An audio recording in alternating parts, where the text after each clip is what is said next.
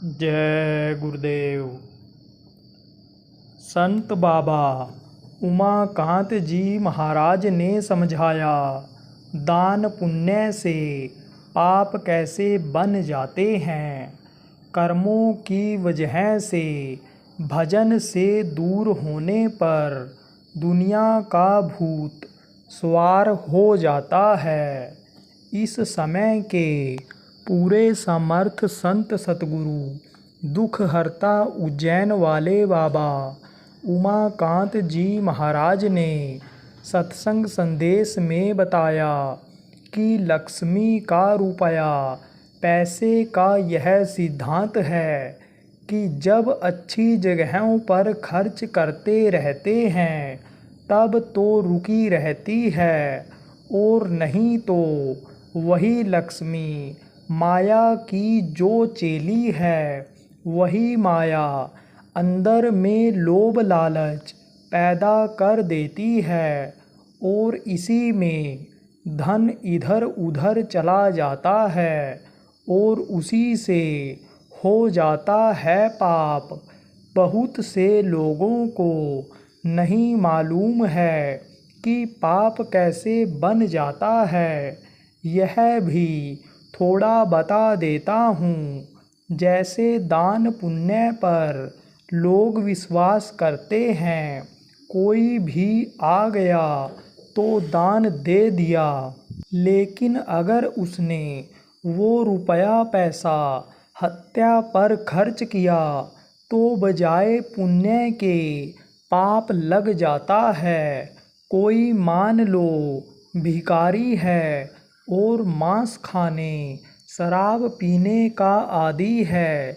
दिन में भिखारीपन रेकी करते मांगते रहते हैं और रात को चोरी करते हैं।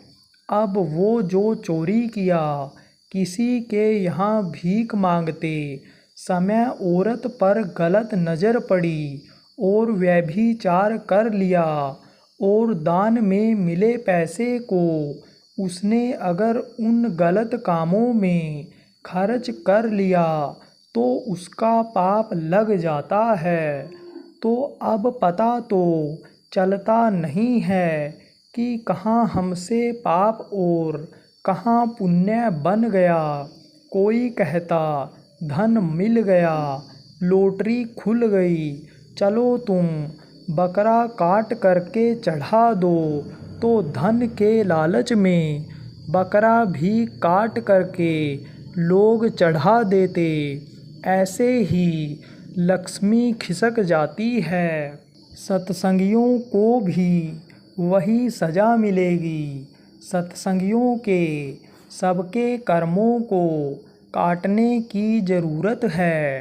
देखो सत्संगी, अगर कर्म करने वाले रह जाएंगे तो सत्संगियों को भी वही सज़ा मिलेगी।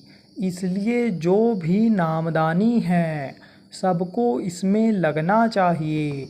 लोगों की जान के बचाने में, प्रचार प्रसार में लोगों को लगने की आवश्यकता है। लोग अपना कर्तव्य भूल जाते हैं। इंद्रियों के स्वाद में 24 घंटे मस्त रहोगे तो फंस जाओगे। जैसे शहद से भरे कटोरे में एक मक्खी कटोरे के किनारे पर बैठ करके शहद को खाकर के उड़ कर के चली जाती है, और दूसरी मक्खी उसी में कूद पड़ती है, खूब खाती है। जैसे आप खाने पीने में लग जाते हो तो मन खाने पीने में ही लगा रहता है। बढ़िया बढ़िया चीज़ ही खाने को मिलनी चाहिए। बच्चे में मन लग गया तो बच्चे को छोड़ नहीं पाते हो। ट्रेन छूट जाए, दफ्तर में लेट हो जाए, अधिकारी का डांट पड़े, दुकान से ग्राहक लौट जाएं, इसकी कोई फिक्र नहीं रहती। फंस जाते हो उसी में पति पत्नी भाई दोस्त के किसी के भी प्रेम में आदमी अपना कर्तव्य भूल जाता है। तो ऐसे ही मक्खी शहद में कूदी, खूब पेट भर के स्वाद लिया, खाया ज़बान से शहद का मिठास का पूरा स्वाद लिया, लेकिन फंस गई, निकल नहीं पाई और उसी में मर गई, ख़त्म हो गई। ऐसे ही मरने जीने के काम में मत लगे रहो, गृहस्थ आश्रम में ही, लेकिन उससे थोड़ा सा अलग रहो। काम सब करो, लेकिन उससे थोड़ा समय निकाल करके गृहस्थी के 24 घंटे में से 2 घंटा समय निकाल करके ध्यान भजन कर लिया करो। जब जीवात्मा सत्संग सुनती है तब इच्छा जगती है, मन उधर से हटता है, लेकिन जाने के बाद फिर उसी में फंस जाते हो। दुनिया का भूत कब सवार होता है, गुरु के वचनों का पालन करो। दुनिया का भूत कब सवार होता है, गुरु के वचनों का पालन करो। देखो अलग अलग लोगों के लिए कभी कभी गुरु जब ज़रूरत पड़ता है, जब जनहित का काम करते हैं, तब अलग अलग आदेश देते हैं, और कभी कभी सबको एक तरह का आदेश दे देते हैं। नामदान देते समय भी गुरु महाराज कहा करते थे कि बच्चा रोज़ भजन करना। उपदेश जब करते थे, सत्संग सुनाते थे, तब भी कहा करते थे बच्चा भजन रोज़ करना। 2-4 लाइन की चिट्ठी में कहते थे भजन ध्यान सुमिरन रोज़ रोज़ करते रहना।